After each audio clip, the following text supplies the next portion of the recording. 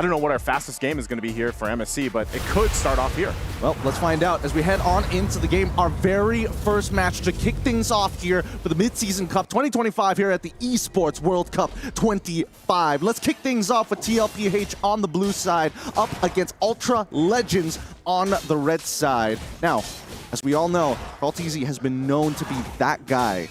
The GOAT. The GOAT. When it comes down to Lancelot plays. He didn't use the skin. He didn't use the skin, but to be fair, this skin is also very, very nice. I personally went out of my way to get the diamonds to buy it as well, so I totally understand it. Me and CarlTZ, same mindset. Same mindset. Basically, you're just as good, right? Flicker already. Look at the aggression. This might be a first blood already for CarlTZ, but he's checked from Quanok, so they'll back off, but they're going to get the Lithwander. Oh, what was that? That was a little janky, I'm not going to lie. That was a little, I'm going to quickly look back. Nobody called for a tech pause, so it seems that both sides still trying to adjust to their devices in their hands. Regardless, right? No first bloods coming through, minimal damage, but at the very least, for Quanok, he's going to be a little bit behind on that EXP. He probably only missed, like, what, 1 minion at this point? Yeah. Not that big of a deal. Okay, looking at the emblems too, I mean, this is the thing, he's going with the killing spree. He's actually got that extra speed too. I think the Phoveus as well. The Phoveus and got a contract for Team Liquid. I feel like give them a safe either engage or disengage to deal with all this utility. Sanji's gonna feel it here in the mid lane. The rest of the team on the response. CarlTZ will go in for some pokes, and JP just around the corner, charging up the Unbreakable, but won't land it on Rice Crimp. What was... okay. Maybe I think Team Liquid need to take a step back here. They're thinking like Ultra Legends are on a different level because he's making hard predictions, right? He could have just gone into a straight line. If he played it absolutely straight, he would have gotten all 3 with the top. But now we come up to our very first turtle here. Level 4 is not achieved, as you can see. Oh, whoa! Sanford already going to jump in. Infernal Pursuit on Quanok. He's going to be gone already. Throwboy, popping the heavy spin. He'll get the turtle, though. Turtle secured by Ultra Legends. Meanwhile, still, CarlTZ actually falls. Now the rest, TLPH, are still gonna go for the fight. Circling Eel drop down. They go in. Throwboy joining the fight again. So tanky for Sanford, but Farrell joining the fight. Oheb rotated up as well. They're being outgunned here as Ultra Legends picks up a little bit of lead on that. Yeah, a bit of a bad fight here. Ultra Legends even calling over the Kimmy to almost ensure that they win that fight at the very end. The cleanup was very, very good. Dark Lord honestly played an extremely strong game here. Oh, but they find a trade back, at least 2-2, the current score line. Leave it up to Sanji on the far side to just make something happen. You know? I mean, they needed to get something back, right? Because let's look at this one more time. Because in that fight alone, CarlTZ, I mean, the whole team of Liquid is looking to fight. They're looking to get as many possible kills as they can. While on the opposite end, Ultra Legends are looking to play for neutral objectives. If they're able to find these punishers like how Dark Lord does, then it's not too bad. It doesn't feel as awful. Oh, bottom lane, a little bit of action here too. Looks like that was a jump out. We're still here on this replay, but there's a lot going on in the gold lane. So JP had to burn his Avatar of the Guardian. I think they were trying to make a play on Oheb here, but the rest of the team's going to be making their way. See if Ultra Legends still goes for this, or they just get some extra gold off the turret. JP's here to try and alleviate the pressure, right? But I don't think they're going to commit too hard. Yeah, they just clear this out. Minion's going to be cleared out, but they want to force a fight anyway. JP thrown out against the team. Pops to revitalize. CarlTZ will now join the fight. They're going to get disengaged, though, with Guiding Wind, so they're fine. Ultra Legends will escape that situation. Okay, nicely done, because in terms of priority, it's very clear that Team Liquid want to play it towards the top side of the map. They want to make sure that Sanford can do whatever he wants, right? They want him to have a gigantic lead against Dark Lord. But despite that, that bottom side for Ultra Legends, recognizing, hey, if they want to win on that top side, sure, but if we send enough people down to the bottom, we can hurt Oheb. Okay, second turtle of the game up. They're going to go in again with the taunt. They force out the circling eagle. Still going to be breaking it out, but Rice Crim already going to fall now. Sanford up in the front of it all. Dark Lord, though, goes in with Final Slash. He finds Oheb, and Pharaoh will pick up a kill. Now Sanford has to flicker out. Ultra Legends going toe-to-toe here with Team Liquid. And they're doing a phenomenal job, right? A lot of battle spells burned from the side of Team Liquid. The tempo in favor of Ultra Legends. And despite everything that has happened in the early games to try and hurt the laners, it feels like Ultra Legends maintain this lead. So far, it's an ult-dependent game, right? Keep an eye on those green dots on the side because we're going to go in potentially for one more fight. I don't know if Carl wants to be anywhere close to this turtle right now. Yeah, we still got Oheb down at the bottom. Dark Lord's gonna flicker out. Carl's looking for a kill himself. We'll find Dark Lord, a revitalized pop from JP. They might reinitiate it. Sanford's up in the front of it all. Throwboy pops the heavy spin though. Sanford in trouble, and Rise Crim still up. As Carl Teasy looks to get the kill, goes in, finally clears it out. JP jumps in, can't land the taunt though, so he's whittled down at 1 HP. Turtle's still for the taking, Oheb. Now part of the fight will force Ultra Legends back. So Team Liquid wanted that turtle, they fought for it. They're not looking to go toe-to-toe in terms of, I will out-retry you, I just need to get a man advantage. And you can see, right, Carl Teasy, he needs to go in and out of these fights. He needs to start initiating for his squad. Now, we're going to call for a tech pause here. Not entirely sure what is going on. We'll keep you guys updated as the information starts streaming in. But Naisu, the way that these fights have been going, I think that Ultra Legends, right, they saw Carl kind of go into the middle of the fight. They realized, hey, this is a bait. We need to wait for an opportunity to jump with the heavy spin. And then the formation started to break once the heavy spin started to come out. You see what I mean, though? It's like it's an interesting thing with this because when you look at the fights break out, Ultra Legends does really good at kind of pushing and pulling. That's what the lineup is going to do for them, especially when you have a Matilda on your side. I just feel like sometimes, like I was expecting from the draft, they get a little too split up, maybe, and then Team Liquid is starting to figure that out. As we see each fight break out, they're lining things up. And meanwhile, Oheb tried joining that fight, but he was just a little bit too late to the party. He did just pick up a Sky Piercer as well before we had this. And so that's the main thing. Is he going to be able to start to get stacks? Because Oheb is someone that they really want to watch out for as this game continues on here. He's pretty much had an opportunity to just go ahead and farm up, albeit that little bit of pressure. Whoa, Farrah already trying to get out of there with a flicker. So this is the attention now on this bottom side. It's clear that Sanji has enough damage despite only just completing his first item. He should be able to, pick up kills whenever he feels like it. But more importantly, they're trying to unlock Oheb. They realize that, hey, Sanford can get into the middle of these fights, but this Matilda is a little too annoying. Quinnock, especially with the Fury of the Phoenix, on top of the heavy spin, there's just a lot of disengage from the side of Ultra Legends. The only other way to beat them is if you can chase them down, and they definitely need that Death Sonata to do so. That slow is such an important tool. Those are two big item pickups too here, defensively for Team Liquid. So that's a Radiant Armor for each, one for Sanford and one for JP. They are the guys that we see, putting themselves in these fights as they have to. Couple shots for Rise Crim. Oheb looking for that. Rise Crim, one hit away. He'll actually survive it. So looked close there. Yeah, Oheb the spacing just wasn't there. He thought he killed him 2 times and just backed off just before the shots actually connected. But it's totally okay, right? Because now they've already put some good damage on that mid-tier 1. Maltese's already a level 12. He's out-farming Throwboy as expected. But this 3-level lead off of that initial fight, this is the Team Liquid that we know and love. Yeah, so they have, these small situations have compounded at this point up to a 3,000 gold lead. They're going to fight once again. A Feathered Airstrike drop down.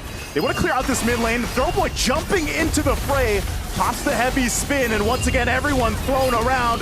Throwboy's going to go down and jump into the turret from JP. He'll get the Unbreakable off, and Farrah goes down. Dark Lord takes the front of the damage as Oheb picks up a kill. They're going to pick up the turret in mid lane off of it. And now the experience for Team Liquid is starting to shine through. Ultra Legends are reacting too much to what Team Liquid is trying to do. Preemptively, right? They need to wait just a little bit longer. If they waited for a half second, they would understand that even Team Liquid doesn't really want to put themselves in a compromised position. Because look at this, right? We see the initial knock-up coming in from Sanford, but he doesn't take the Infernal Pursuit. As soon as we see Zitian drop down the Fury of the Phoenix, it felt like Ultra Legends had to make something out of it, right? It's a super long cooldown. They don't want to give another turtle away. They force the fight, and that's when Team Liquid are in full control. They force you into these scenarios as long as you react.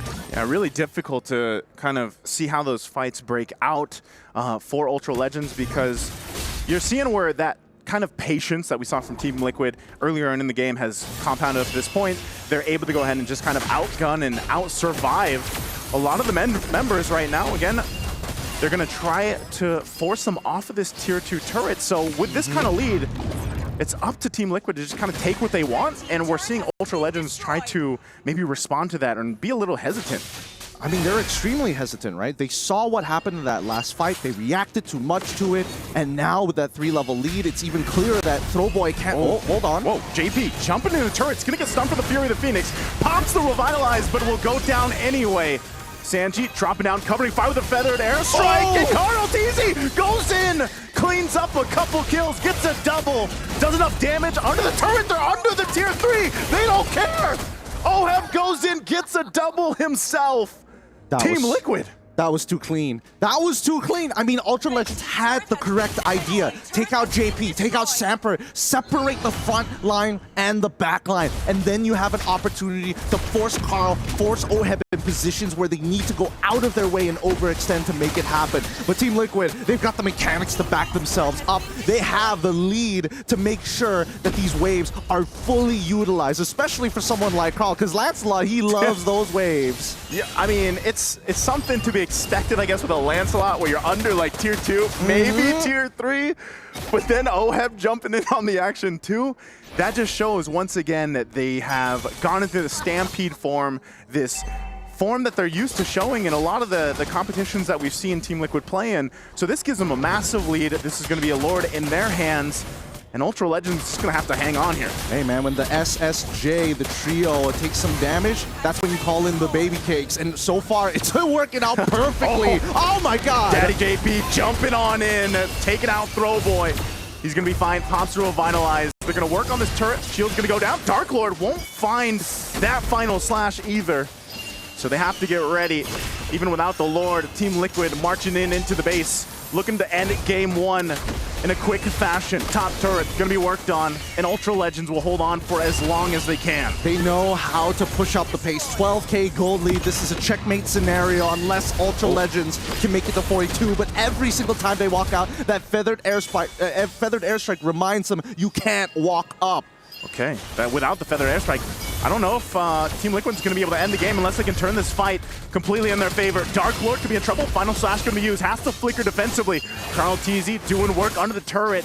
Won't find the kill though, so Lord's still going to be worked on, and that's fine for Ultra Legends. It looks like they found themselves staying in the game. Okay, we need to pull up the item list. I'm curious to see whether Rice Cream has the... Oh, hold on. Another feather airstrike coming up because Granok is standing too close for comfort. Again, jumping on in, flicker burn, forcing the fight on the turret. JP will get taken out, separated from the team. Sanford down the front of all. Dark Lord also low. Forced out a flicker, but Oheb still going to be unleashing. Finds a kill on Dark Lord. There's another defensive flicker from Ultra Legends, but they're still holding Team Liquid at bay from ending the game. But all base turrets will be worked on here. Sanji, one hit away on that turret. It won't go down just yet. And Throwboy taking a little trip there with the guiding wind. Sanji, last auto attack, gonna take out the final inhibitor from Ultra Legends. This is such a difficult position because Ultra Legends have to make choices, especially when you're pushed in at checkmate angle. You have to decide, do I lose inhibitors or do I lose the game? And 100% of the time, teams will say, I would rather lose an inhibitor than the game.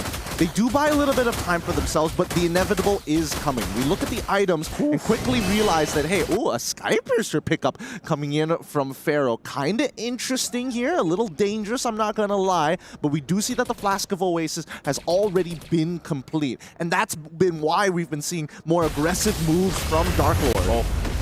These are also still the aggressions from Team Liquid. Carl TZ going on the backside. They're forcing Chaos alone. A jump from JP. Finds multiple members. Throwboy's going to be gone, and they're going to work on Dark Lord next. Dark Lord falls. They'll come in for the cleanup as Team Liquid will go ahead and take game 1 in this best of 3. Really nicely done from Team Liquid. We get to see what they are all about. Tempo-based combat. They have the lead. They will press it down your throat until they have checkmate angle. But Ultra Legends, that early game, honestly, not that bad. They were really going toe-to-toe with these guys. TLPH probably wasn't expecting them to be as confrontational.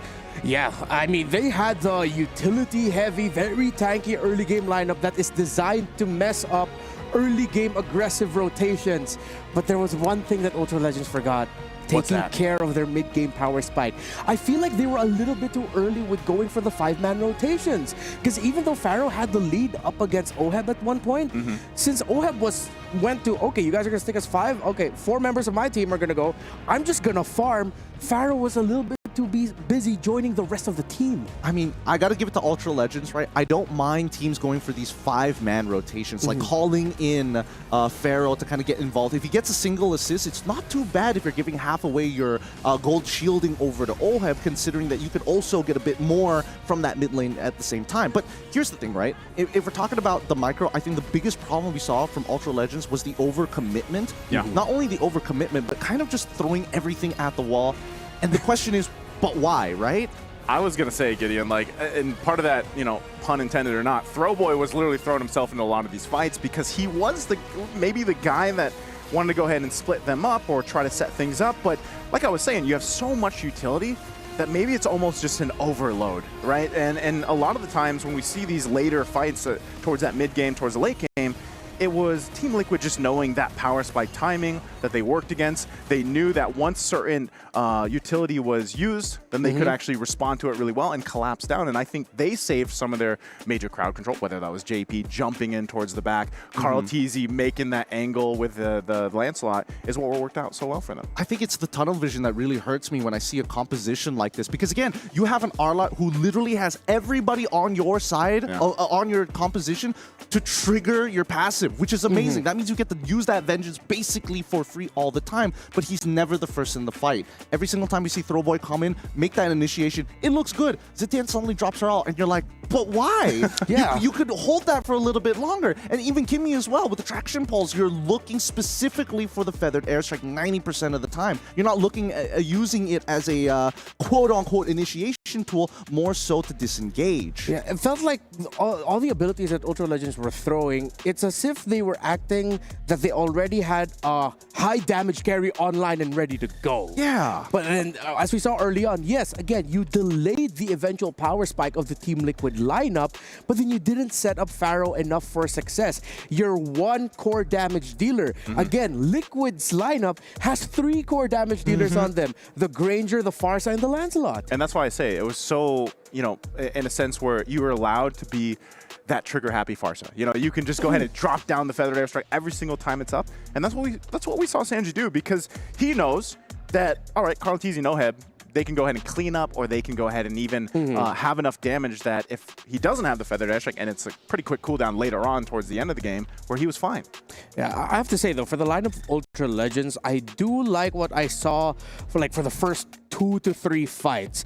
You could tell, like, okay, wow, Dark Lord is very clear in his role here of when he's going to use his final slash. All right. But then we didn't see like the progression of that, the growth of that. Like, their strategies were great for the early game in terms of delaying the tempo.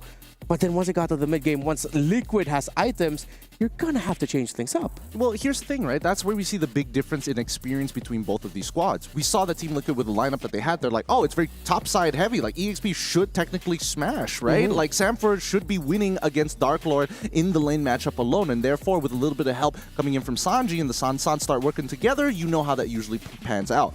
But that wasn't the case this time, right? And I think Liquid recognized that very, very quickly. We saw the Steel Leggings almost bought immediately from the side of Samford. He could have gone into War Axe and been a true damage dealer, but there wasn't enough of a snowball, and the situations weren't working out during these turtle fights. So they started moving down to the bottom side. We didn't see that from Ultra Legends. Arlott could have been the main damage source dealer coming in from early to mid. And I think that would have been a huge game changer as long as they understand how their comp works. You need that Arlott to be in the middle of that fight. You need to start throwing your abilities out after he's kind of consumed all those stacks. Yeah.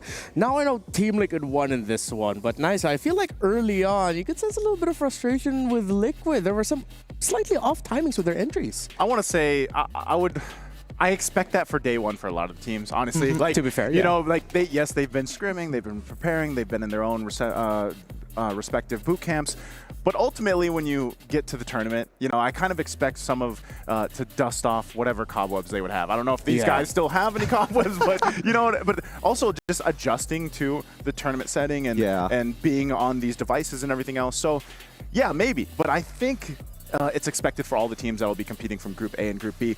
Now, I do believe that with what Ultra Legends showed in the early game, there's some promise there, and hopefully they're not too shaken on how, you know, the mid to late game just went out of their hands so quickly, because again, Team Liquid is known for that, and is known for getting into what we call that stampede form, and they just go and end games like this. I mean, how do you reset and adjust from that, I think, is one of the biggest things for Ultra Legends here. Yeah, hopefully if Ultra Legends decides to go for a draft similar to this, they need one more carry with them. They need something to supplement a little bit of early to mid-game damage so that your mid to the late game transition isn't as harsh when the opposing team has already power spiked. Which is why I didn't like their second half of the draft, right? I love their first half of the draft. They still kept it a little bit more flexible.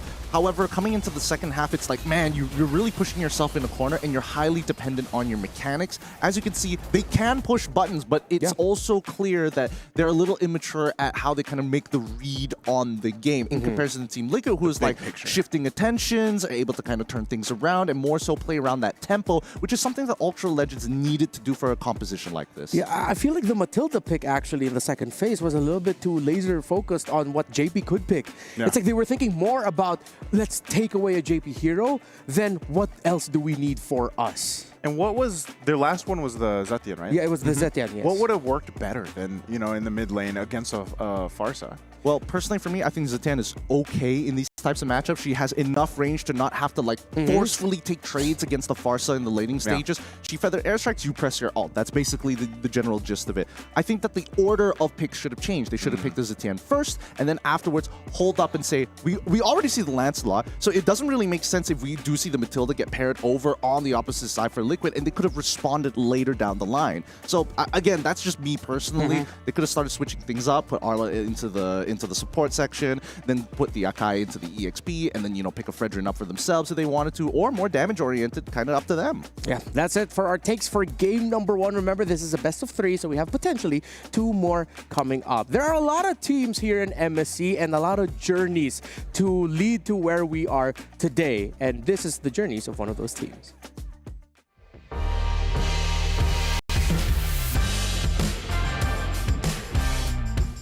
Hi guys, I'm Oheb, the gold laner of Team Liquid Philippines. Being here in EWC 2025 feels amazing because it's my first time being here, and I think we have a great chance at getting the trophy for the Philippines. Very excited to have them back on the stage. More importantly, I think it's great to see that this is one of the few titles that they are looking to conquer, right? I think this is not the strongest form of Team Liquid yet because we haven't won an EWC title yet. If we win this EWC in 2025, I can confidently say that this is the strongest form of Team Liquid. My team now makes me feel like I belong to the team, and we're so close and connected to each other that even if we don't talk to each other in comms in game, we just know what we're gonna do. This a new age in MLBB. Brusco goes down, there was a blaze in the skies, but it's too late. The cavalry reclaim the throne, stampeding through. Stallion. I think this is the year that we might have a shot at winning the MSC title. My expectations for Team Liquid?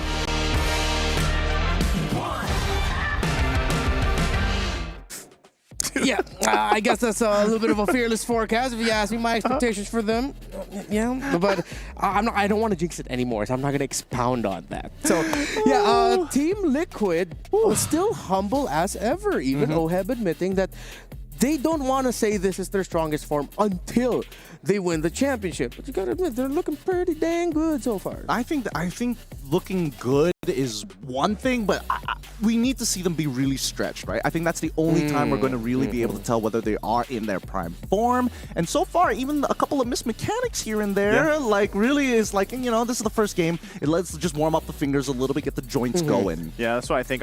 But nonetheless, Team Liquid Philippines, you guys have seen it all around. A lot of people have them, at that top spot, if not the top 2, top 3. And so far from what we've seen, I think, especially when we get through a couple of their games, I think that's really going to be able to gauge just how strong they are. And that can be said for a lot of the teams here that are competing. But again, this is the group with the 6 champions. So I wouldn't be surprised if that's for all of Group A. Yeah.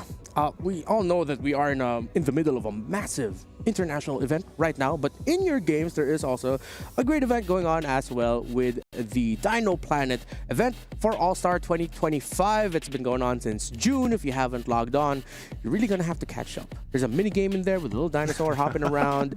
If you want to get a really sick Popple and Koopa skin, go ahead and pick it up.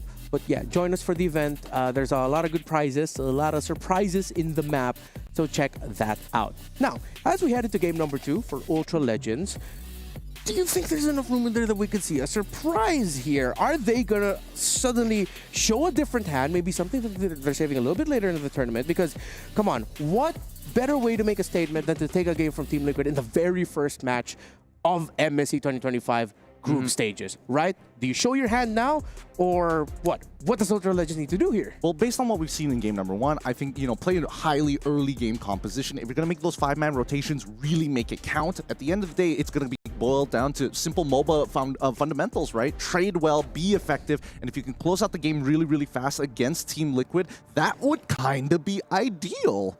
I think their early game already from game 1 was like pretty impressive. I think for a lot of people that didn't get to watch them at all, we're probably sitting there at home and be like, wow, okay, they do have some fight in them. So I would love to see that be the priority in a way, and you can already see that happening, right? First, right out of the gate, let's go ahead and ban that Lancelot. Take him out of the picture.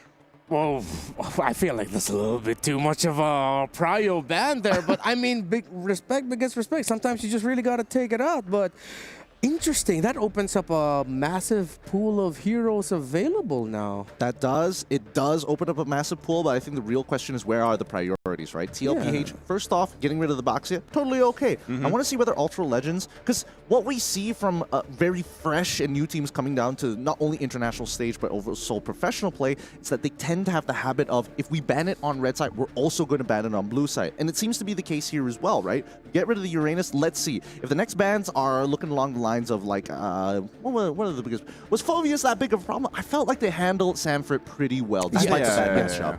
I think the Phoveus, like you don't need to ban him out. Do they still go with or do they want to prioritize maybe the Jushin? Like, is that maybe the plan here? I don't know if that's the first big priority. Be, if they did it on red side, there's a chance that they do it on blue side too. Let's see if they do decide to go for that. A Uranus ban even though you're on the blue side. Usually, if available, teams on the blue side would want to pick up the Uranus and the EXP lane right away. Very first pick, but with them taking it out, what are they trying to signal? That they are going to be leaning a bit more towards the Assassins now? That they want freedom in the jungle to just farm? I think they still want the Arlet. That's my suspicion here. I don't know whether it's going to be first pick worthy. Oh, but then they also get rid of the Kimmy too, so I guess they could be looking for like Farsa opener against TLPH, kind of, rip the page out of their book, see how it works for them. It's two strong first pick options, taking away the blue side for Ultra Legends. So maybe they're trying to whittle down what TLPH could get on the swing back with the first 2 picks on the red side. Team Liquid takes out the 1-1. They take the Farsa. They take away the Farsa. That means Kalia is going to be open for the side of TLPH, though. Yeah. So again, it really boils down to where is your priority in terms of the meta picks. I think the Farsa opener is okay. I would have preferred the Kalia just a little bit more, mainly because of the way that they interact. The pick-off styles of compositions are really, really good, but I think Ultra Legends might be thinking a little bit ahead, right? If you get the Kalia, you still need a big damage dealer, and usually it's paired up with the Farsa, so you just take one component away. So Liquid could go pick up a Hayabusa for Carltease if they want to. They're not going to lean in on that. They go for Juice and Arlot. Lots of control from Liquid. Yeah, take the control. I don't know, this is in a way a little swap from what we saw in game 1, at least with the maybe overall arcing game plan of the composition, because you get an Arlot, you get a Jushin, you get a ton of utility yourselves with those. And then for Ultra Legends, it looks like they might be leaning towards that damage-centric lineup with the Farsa already. We'll see how they go ahead and build the rest of this first phase out. They also take the Granger, because I was almost expecting the Granger to get picked up in that first couple picks from TLPH to go over to OHEB, but they go Phoveus Granger. Oh no. Are you worried? I am worried because I think that TLPH, they're going to throw Arlot into the support position. They can get the CC now to get a winning matchup into the Phoveus, but that might not necessarily work out for their comp, right? Because there's still the possibility that, hey, even if Arlot isn't thrown into the EXP, we could pick up Fredrin for ourselves, and now we have a really deadly mid-trio to kind of move across the map and just basically CC people to the ground, and every time you CC, you get free damage. Yeah, so I think Team Liquid are weighing the options of whether or not they're going to pick up the Fredrin now, so they get the Fredrin Arlot combo alongside the Juicin. Or, as we tossed up in the air earlier, they pick up the Hayabusa for Carltease, who now has an easy backline access. So Ultra Legends, hopefully their comms are on point, because if they send their Phovis and whatever the roamer is going to be a little bit too early, Carl TZ is going to be eating good in the back with the Granger and the far side being left open. That's what I'm saying. Like, you ban out as a Lancelot. He's still going to go for an assassin if he can. He goes to Hayabusa, who's working great for this game plan against a Farsa and a Granger. So, yeah, like you mentioned, that's something that Ultra Legends is going to want to have to keep in track of. So maybe is the God of Conscious viable here for them, or at least another tanky hero to go ahead and help protect that backline if they have to, or, you know, you kind of have to juggle the Phoveus and whatever other tanky member you have. Maybe it's still utility jungle they go with. Yeah, I think Gatot and Juicing together in the mid would be good. Good harass. Yeah. At the same time, it's a good bridge. So smart. So smart. TLPH are making sure that their options are extremely wide here, right? Because I feel like if they got rid of the Gatot, I feel like the onus is on Ultra Legends to get rid of the Gatot, but the Cho to make sure that the mid lane is almost guaranteed to be within their control, depending on what that mid duo is going to be looking like. Concussive Blast style of supports come to the forefront of my mind, right? If they want Kalia, they can absolutely do it too, but the question is, where's the damage going to come from? And I think that's the biggest problem that I have if TLPH are thinking along those lines. I think they're not even going to touch Kalia, to be fair, for this upcoming round, but we'll see. Ultra Legends now getting rid of the Moskov on their side, priority going over to TLPH on red side for the second phase. What does Oheb play?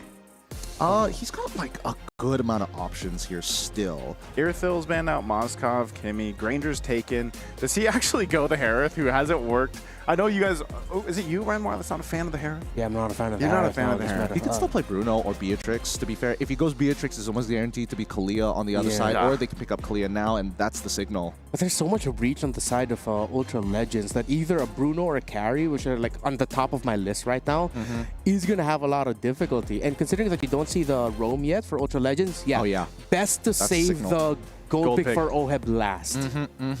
I think for now, it's pretty straightforward what the composition wants to do, right? I'm expecting Beatrix at the very end for TLPH. Ultra Legends. Harith. Very nice. Oh, they go for Harith instead? I threw it out there. Yep. They want to go for damage diversity. I guess they do see the Joy on the opposite end.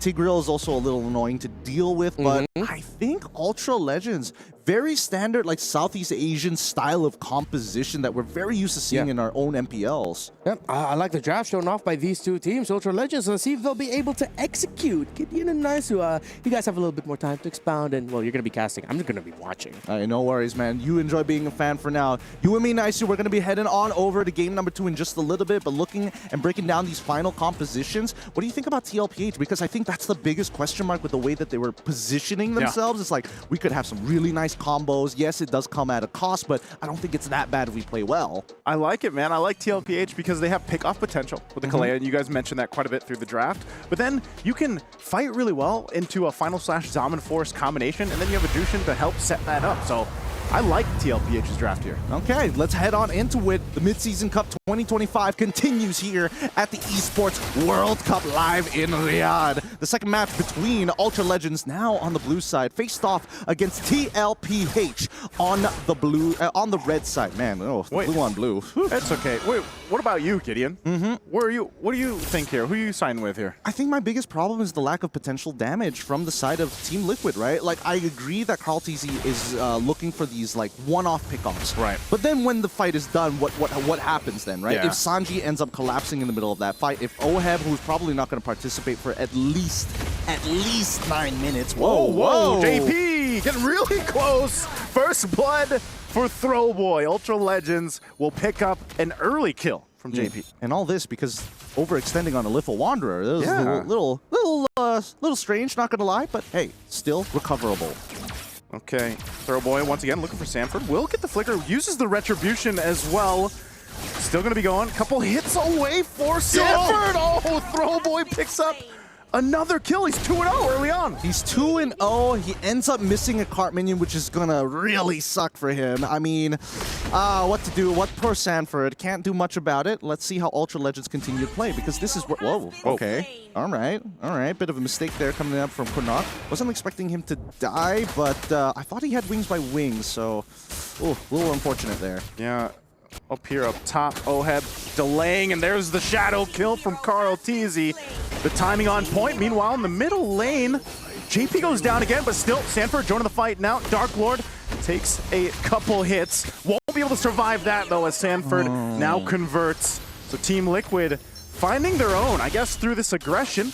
Sanford could be in trouble, gets thrown into the turret, takes a shot, and will fall. Oh, Sanford, he's a little sad about it. Not level 4. Oh, under the turret, Oheb, 1v1. Farrell, well, he's going to be fine. And there is Throwboy to punish Oheb. So we see Team Liquid being very aggressive here early on, Gideon. Yeah, I see the idea that Team Liquid is going for at this point. But hey, I mean, the meta has kind of shifted. Unfortunately, Old Harith probably would have gotten killed there. But I'm just saying, Old Harith would have been totally fine. But I think that Team Liquid is trying to kind of pull Ultra Legends apart, right? Really get them heated up on these matchups. Because in terms of what they are losing, despite the solo laners getting kind of shafted here, it doesn't really matter, right? Because Sanford, at the end of the day, he's not a main damage dealer. He's either a cleanup or a big initiator. Karl'Tezi has been able to progressively get more and more farm. Sanji is the one who's not dying and has the full level lead. And look, Quinox, again, he's trying, but every single time Karl shows up, he's forced to use an ability. Yeah, he's... and every time that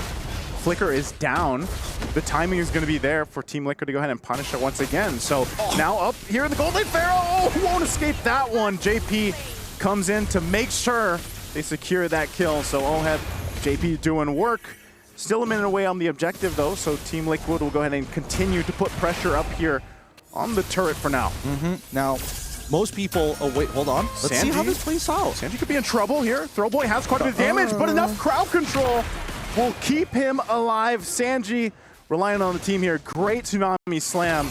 Now Oheb waiting for the rest of the team. Drops the Zaman Force. Rice Crim forced off of the turret. Farah here trying to keep it up together. They do. And now they back away. I love how Team Liquid is playing this, right? Pull them apart, and people know their matchups here. Don't get me wrong. Sanford knows that he's basically not winning his matchup, and that's totally fine. Whoa! The smooth final slash into the mid lane. Be able to pick up Quanok. Oh boy, I don't know. He's going to jump in for Sanji. Pops the beats here. Sanford again with a stun, and there's the slam forward. But Throwboy, there's an implosion. Still in the mid lane, going to be forced out. Oh, Sanford will get punished for earlier on. Dark Lord still a part of the fight. I don't think they can pick up a kill, though. He's tanky enough. The rest of Ultra Legends joining the mid lane. They're going to drop down the Feathered Airstrike. JP trying to get some distance, but will fall anyway. A good fight back from Ultra Legends. So very scrappy here. Really nicely played by Dark Lord. He was able to save his jungler by knocking up Sanji, so he wasn't able to get that final pickup onto Throwboy. Either way, just look at how this game is playing out, right? It's chaotic on purpose by design. Dropping the Zaman Force. A couple of the members. TLPH, final slash will find Quanok. Quanok won't be able to escape as he falls now. So they were making a way up here towards Oheb, but they'll lose one member for Ultra Legends. Yeah, they've manipulated the way Ultra Legends are looking to play, right? They want to stay on this top side as much as possible. They gave up that turtle so they can get Karl'Tezi to get the initial push down on the bottom side, and that's how they want to play. Again, Implosion to try to counterplay this. A Flicker to stay alive. Rice Crim's going to be fine. A lot of this back and forth with the abilities and the ultimates. So far, still a lot of attention up there on top. Karl'Tezi going to make his way here towards Throwboy. Good drop of the beat. Still, they're going to fight it out. Shadow Kill going to be used, and Karl'Tezi's going to have to get out of here. He's focused down under half health. Dark Lord jumping back in, goes back with Quad Shadow, and will survive for now. Pops the Rejuvenate, and Throwboy forced out. Sanji could be in bad position now as he tried to help Karl'Tezi. Still trying to bob and weave through it, but can't survive as Dark Lord will take him down under the tier 2. That one, bit of a mistake from Team Liquid's side that they needed to decide whether to disengage or not. But I think Sanji was confident he could take out Throwboy, and that ended up putting him in a pretty awkward spot. Regardless, Oheb is going to get a T1 on top side. They've unlocked him, and now the main win condition for the side of Team Liquid is now on the loose. This is a very different Throwboy in game 2. And maybe that's just the fact that he's on a different style of hero, you know, for the jungle. But he's a lot more aggressive. He can be a lot more of value, I feel like, on this Joy. Once again, the mid lane is going to be the focus. Rise Crim doesn't have a flicker, so don't expect a surprise implosion from him just yet. Feathered Airstrike. Oh, a huge final slash from Sanford again. They're going to jump in, collapsing down on Dark Lord, and you can't withstand the damage. It's a wipeout from Team Liquid. And what did I say? Doesn't matter how badly Sanford loses, as long as he lands a good final slash, the fight's basically done for. Really good culmination of abilities here. Let's just watch it one more time. This is after the final slash. The big problem is that if Dark Lord isn't able to separate the battle lines, really create space for his team, that's when we see Ultra Legends start to break in formation. Rice Cream can look for these big engages, but if Quinnock gets caught, their main anchor starts to fall. Right now, Ultra Legends need to recognize that Quinnock is getting highly targeted, so they need to make sure that Pharaoh and Quinnock are on two separate angles, if not, have some decent space in between each other. Okay, they do take this orange buff, a final slash on Dark Lord. They're going to go on the retreat here. I'm not sure if this is where they want to fight, but Throwboy already quite low. Gets picked up by Carl. Carl pops the shadow kill under the turret. He's going to get implosion and caught out, though. He won't escape that as Pharaoh picks up a kill, but they're going to force the fight under the tier 2 anyway. A stampede under the fight. Now Rise Crimp will survive. Quantic just flapping away. Wings by wings. Sanji's not going to let him go. He's going to drop that lantern right in there. Takes a couple shots. Himself, no! Flickers out, but he's gonna get whittled down, and Sanji knows it as he picks up that kill. Outplayed by Sanji. Really nicely done there. Forced out his flicker as well to try and turn the tide. I mean, Quinnock, he just needed to land 2 more shots at the very end to guarantee the kill. So far, Ultra Legends, they're still grouping up a little too close for my comfort. But I need to talk about item builds. What is Dark Lord doing with his build? That's my biggest problem. Yeah. Why are we going and deciding, hey, I want to go for Brute Force Breastplate as my first item? Like, sure, I get it, you know, get a little bit of tenacity. Sanji gonna be in your face, gonna be a problem picking you up all the time, but like that movement speed ain't saving you, especially when you're dealing with Sanford alongside to kind of extend the CC. Tsunami Slam once again. Rise Crim will pop the implosion, be able to catch him out. Sacred Hammer 2, JP still alive. Fight going in anyway. Rise Crim finally falls, and they collapse down on him. Throwboy looking for his own option, but he's gonna get stunned, and he's go down to 3 fall for Ultra Legends. They have no way to fight in that choke point. I think right now they need to use Pharaoh as a means to open up the map safely. They need Rice Cream to also open up the map. He's fighting some good, don't get me wrong, good implosions, but they need to stop Sanford from canceling the Feathered Airstrike. Oh, having a final slash. Again, under the tier 3, Team Liquid does it again in game 2. I mean, they're getting farmed at this point. Team Liquid, they've got their timings, and they know how to extend a lead. Ultra Legends need a mistake from Team Liquid if they want to bounce back. They need to catch Oheb somehow. They know that he doesn't have his Purify any longer, so with Rice Cream, Implosion plus Flicker, he has an opportunity to turn this around. A huge shutdown on Oheb could change the course of this game. And it seems like a difficult task, especially when you got 2 Purifies over here, a whole lot of displacement crowd control in Sanford alone, but then you have JP finding the right marks here. And mind you, you're down 10,000 gold again. So very difficult place to be in if you're Ultra Legends as they get ready to go ahead and defend against this first Lord push. It's the checkmate angle, right? Oheb 6-1 and 11. They've got 35 more seconds to force a play onto him before his Purify is back up. And I think that Ultra Legends, if they have the chance, you might as well go for it. Might be a Hail Mary play is what they have to go for. Flicker is up. The shield in the mid lane already popped. They hold on to this top one. But the Lord's going to make its way. And we've seen this before where Team Liquid will fight and force this situation on Ultra Legends here. Getting a glimpse at it too, I just, again, I don't know. Even their front line, whether it's Rise Crim or Dark Lord, will be taken out so quickly here. Yeah, and Quinnock finally getting the glowing wand. Conceal going to be used. Is he actually going to initiate this Feathered Airstrike use? And they go in. Tsunami Slam. Meanwhile, Throwboy going against Carl Teasy with a shadow kill. Carl Teasy gets that. Joins the fight. Farah's gone too. They're collapsing down under the turret. Rice Crim the only one left. But that's going to be it as Team Liquid will sweep the series. And it's a maniac in day 1 for Oheb. The waves are pushing on in as they go ahead and get together. And the stampede is true.